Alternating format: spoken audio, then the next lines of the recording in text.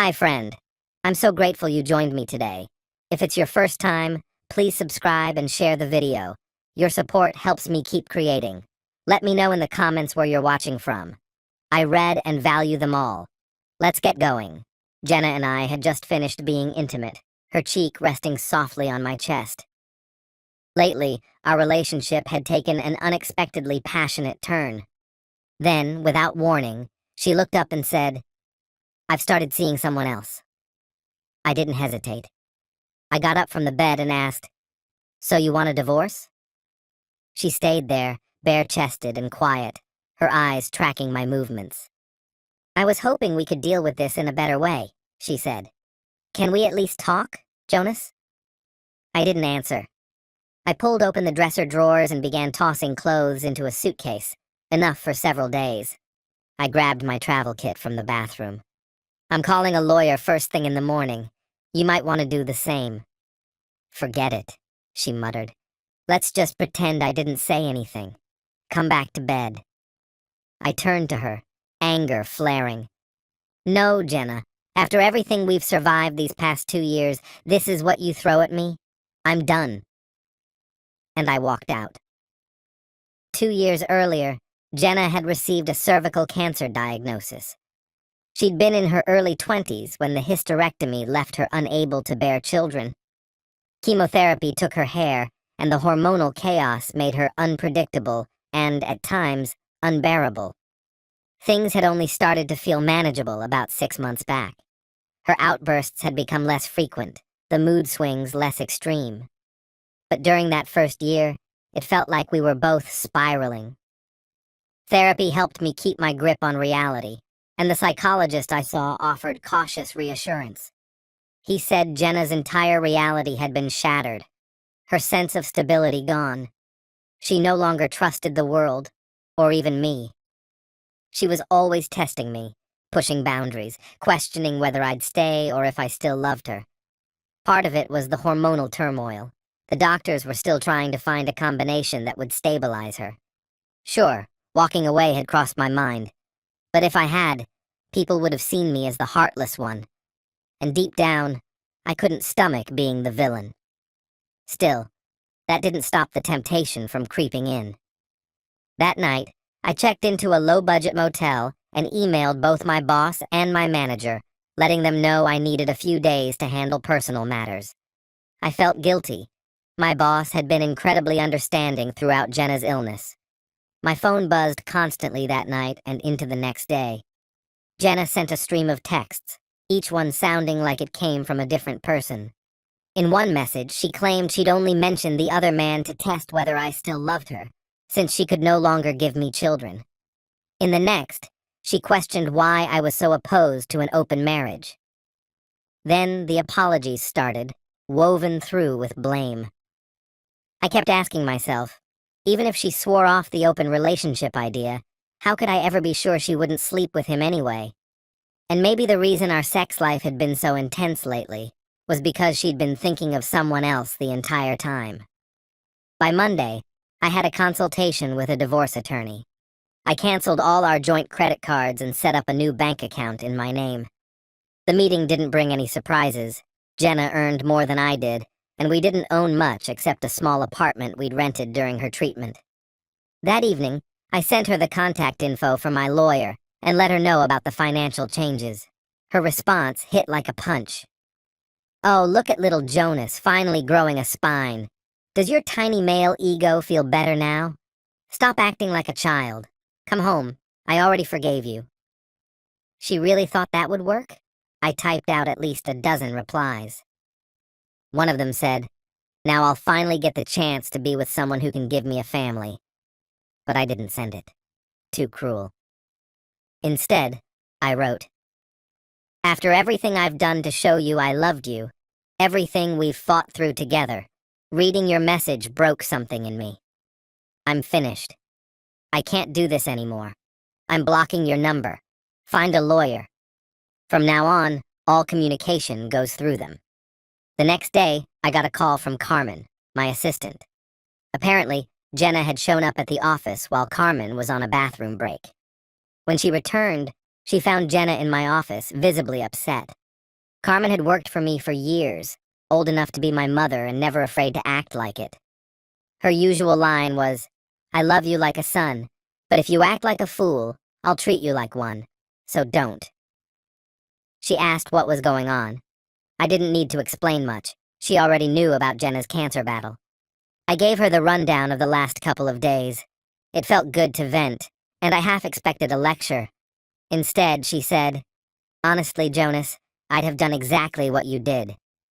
But this might be one of those psychological stress tests your therapist talks about. Either way, call him. I'll deal with Jenna.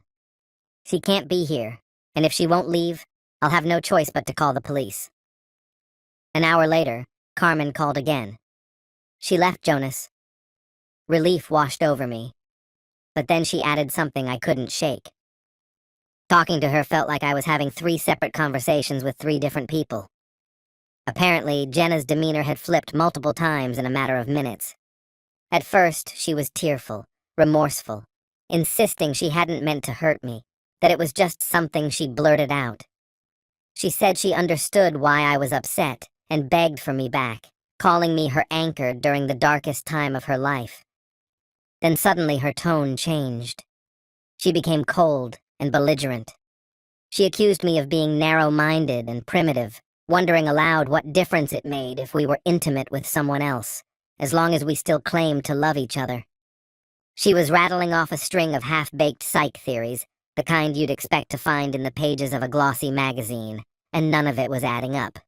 It was all over the place, fragmented, incoherent. She kept circling back to this vague concept of the male ego, like it was the root of every issue.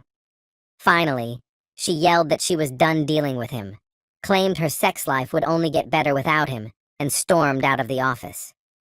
Honestly, someone should probably let her doctor know. So I did. I called her physician, though I only got his voicemail. About an hour passed before he called back. I tried to walk him through everything that had happened with Jenna, but he didn't seem to fully register the seriousness of it. Eventually, he said he'd try to get her to come in for a checkup. I asked if he could keep me in the loop. He reminded me, politely but firmly, that confidentiality laws didn't allow for that. All I could do was sit with the gnawing anxiety of loving someone who seemed to be unraveling, while quietly wondering if I'd finally reached my breaking point. Still, I unblocked Jenna's number and encouraged her to seek medical support. She said there was nothing wrong. 2 days after that, she messaged me to say she'd hired a lawyer and moved out. She claimed the apartment was too confining for her, and that I shouldn't go back either. It held too many bad memories. My attorney later confirmed that her legal team had made contact, and that the proceedings would likely move quickly. I couldn't quite figure out how to process any of it. Then, about a month later, Jenna reached out to say she wanted to try couples counseling. My lawyer advised me to go along with it, or at least appear open to the idea. 3 weeks after that, Jenna and I sat across from a therapist. It was the first time I'd seen her in person since the night she admitted she'd met someone else. She immediately took control of the session. When the psychologist asked what she hoped to accomplish, Jenna launched into something that sounded rehearsed. She spoke of how she had lashed out without meaning to hurt me, and how sorry she was for the pain she'd caused. Then, she pivoted to a deeply emotional account of her cancer battle, her infertility, and the way I had stayed by her side through the worst of it. She cried often. At one point, without thinking, I reached for her hand, like I had so many times during her treatments. The therapist noticed and gave a subtle nod of approval. But in my mind, alarms were going off. I wanted to say, wait, this isn't reconciliation. The following week, Jenna showed up a completely different person. She launched into one of her mystical speeches again, accusing me of being some Neanderthal trying to suppress her autonomy. It wasn't the same script. It was longer, more tangled. The counselor began siding with her, especially after Jenna brought up her near-death experience and the realization that life was slipping by. Then the therapist turned to me and asked for my thoughts. I said, "First of all, your objectivity left about 15 minutes ago. I haven't faced death, so no, I can't relate to Jenna's worldview. But if we're being honest, what are we trying to save here? Let's just walk away from this. She wants freedom and new experiences, and I'm not going to stop her. I've never tried to hold her back. If she's chasing a different life, she should go find it. The therapist asked, "But Jonas, does this really have to end in divorce?" Yes, because Jenna's version of a life and mine don't match up. So you won't compromise? She pushed. In some areas, yes, I'm open. But not in everything. I stayed loyal to Jenna, even after it became clear she wouldn't be able to have the children I'd always imagined. The moment I said that, Jenna jumped up and rushed out of the room. The therapist scolded me, saying I'd crossed a line, but she didn't get it. I'd endured 2 brutal years standing beside Jenna, trying to be a good husband while her hormones wreaked havoc on our lives. I logged endless hours with my own therapist, just trying to keep myself steady. He used to tell me that Jenna was testing my loyalty. "Take it day by day," he'd say. "You know how many days are in 2 years?" After all that, she thanked me by suggesting we open the marriage. So no, I don't think what I said was wrong. I just couldn't ride the Jenna roller coaster anymore. I stood up and walked out of the session. Not long after Jenna cleared out her things, a woman began appearing near my office with surprising regularity. She always seemed to know when I'd be getting coffee or heading to the break room, and she'd casually start a conversation every time. Her name was Joelle. She was soft-spoken and reserved, but we got along well. Compared to the emotional chaos with Jenna, being around Joelle felt like inhaling clean air. After our 3rd lunch together, I asked Carmen if she knew anything about her. Carmen told me, "Jonas, she started showing up around your office right after Jenna's visit. She works in accounting, recently divorced. My guess is she told you that so I'd pass it along." Apparently Joelle already knew I was going through a divorce, which wasn't shocking. Office gossip travels fast. But what caught me off guard was that she also knew Jenna had triggered it by asking for an open relationship. To my knowledge, only Carmen and I had discussed that detail. I realized it was time to have an honest conversation with Joelle, but definitely not at work, so I invited her out to dinner. From the moment we stepped outside the building until we ordered our food, I half expected her to vanish like a spooked deer. "Why do you seem so on edge, Joelle?" "I'm fine," she told Jonas, though the slight shake in her hand as she reached for her drink told a different story. Jonas reached over, gently wrapping his fingers around hers. "Talk to me," he said in a low voice. "What's scaring you? Are you afraid someone might see us together?" "This is the first time I've gone anywhere with a man since the divorce," she confessed. "Not just dinner, anything at all." "But we've shared meals more times than I can count," Jonas pointed out. "This shouldn't feel new. What's really going on?" "My ex, Miles, cheated on me. I think he was already seeing someone else even before we got married. I had a private investigator look into it.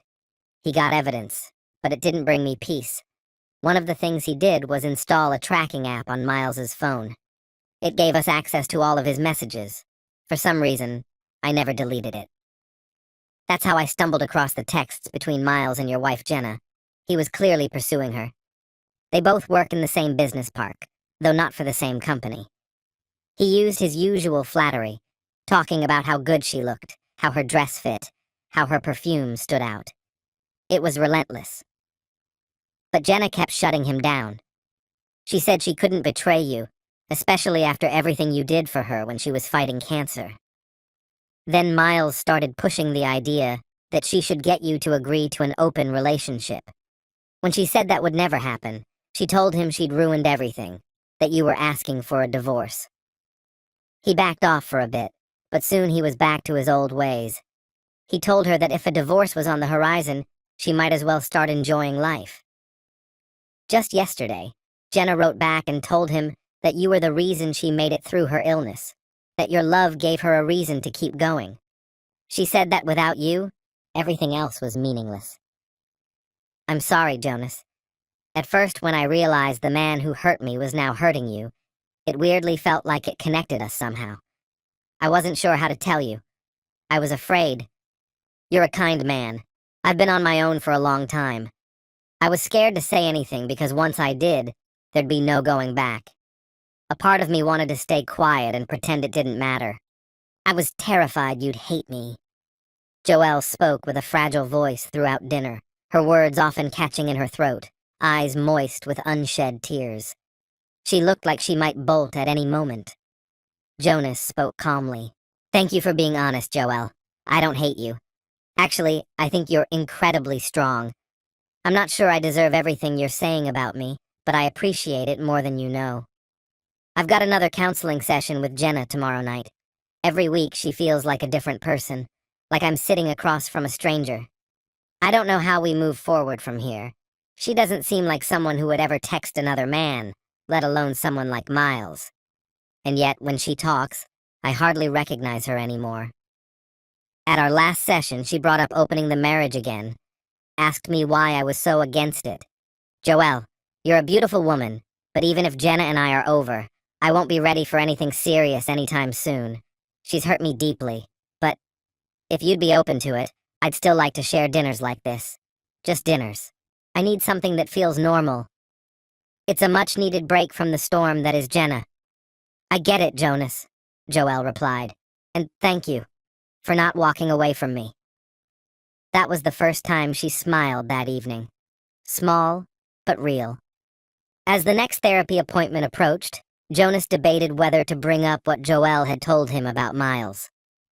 Despite the turmoil, it comforted him to know Jenna had never given any indication that she was interested in Miles, not even during the roughest patches of their marriage. He sat in his car in the parking lot, deep in thought. That's when a sleek black Porsche pulled up beside him. Jenna stepped out from the passenger side. Her skirt barely past her hips, and she gave Jonas a dazzling smile as she adjusted herself. He thought her blouse looked nearly transparent. She said something to the person still in the car, then walked away as it pulled off. Her stride was exaggerated, almost performative. More of her was on display than Jonas cared to see. He reached for his phone, about to ask Joelle what car Miles drove. But he already knew. It was time to step off the Jenna roller coaster. He got out and followed her inside. The therapist's eyes widened the moment Jenna walked through the door. Her shirt was mostly unbuttoned, sheer enough to leave nothing to the imagination, and she wasn't wearing a bra. Jenna, the counselor said after regaining composure, your outfit is quite expressive today. Why don't you start?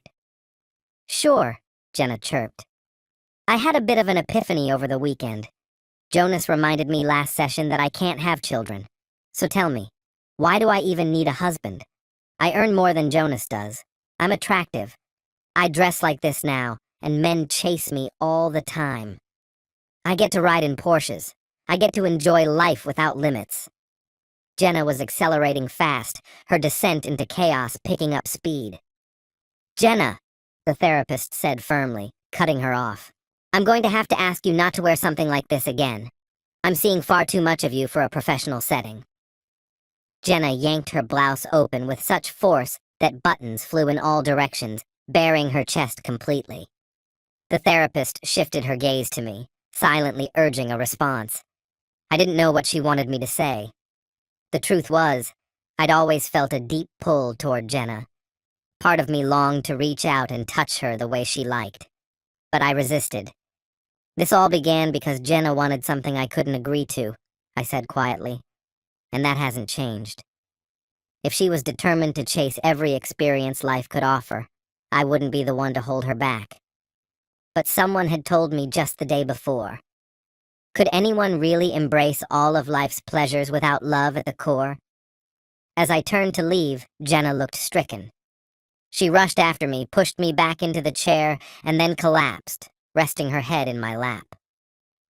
The therapist rose and turned her back, and I was certain Jenna had just given her an unfiltered glimpse beneath her skirt. I'm so sorry, Jonas, she whispered. I ruined everything. I only wanted to make you jealous tonight. Gabrielle picked me up in her husband's car, and there was this guy. He convinced me to bring up the idea of an open marriage. I had no idea how hard that would hit you." Her voice cracked with guilt. "I didn't even like him. Then out of nowhere, some woman started messaging me, warning me about who he really was. She repeated his sleazy pickup lines word for word, how I smelled amazing, how stunning I looked. I swear I didn't want to get involved with him, but he wouldn't leave me alone. I was falling apart without you, Jonas. But that stranger gave me the courage to walk away." She looked up at me, eyes brimming with tears. "I don't want to explore the world's pleasures if it means doing it without your love. I need you. I couldn't have faced cancer without you by my side. I've been so foolish. I'll never risk what we have again. I promise I won't take your love for granted." Jenna broke down in tears, her face pressed into my lap. The therapist caught my eye and offered a slight, uncertain shrug. Then Jenna reached up and kissed me. To be honest, before all this chaos, our sex life had been passionate and full. Sure, maybe she'd fantasized about Miles, but that never really bothered me. Everyone has their fantasies. But it had been over 3 months since we'd last made love. The therapist cleared her throat. "Well," she said, "Jonas, Jenna, I think that's enough for today. Maybe continue this conversation somewhere else. My carpet's seen enough." As we walked out of the building, Jenna flung her ruined blouse into the air, laughing wildly. "Jonas," she shouted playfully, "what if I decided I wanted to live in as little clothing as possible?" "As long as I have your love," I replied. She flashed a smile and nodded. "Well, maybe not when we're visiting my parents." I gave her a mock-serious look. "You'll always have my love." We dashed across the parking lot, half-dressed and giddy, laughter echoing into the night. The moment we stepped through the apartment door, we couldn't keep our hands to ourselves. The next morning, we both called in sick, barely conscious long enough to make the calls before collapsing back into each other's arms and drifting off again. 2 weeks later, I arranged for Jenna and me to have dinner with Joelle. Jenna didn't recognize her at first and looked confused about why I'd invited another woman along. After we placed our orders, I turned to her and said, "Jenna, this is Joelle, Miles's ex-wife." Then I added, "She's also the one who messaged you, the anonymous friend." Both women froze. Jenna was stunned. She had no idea I'd figured it out. And Joelle hadn't expected me to reveal the truth. They began to cry and leaned across the table, wrapping each other in a tearful hug. Jenna turned to me, overwhelmed. "I can't believe you did this for me," she said, her voice trembling. "You saved me." This story has come to an end. What's your opinion? Share it in the comments, my friend. And if you like this story, check out other exciting videos on my channel. I'll say goodbye until the next video. See you.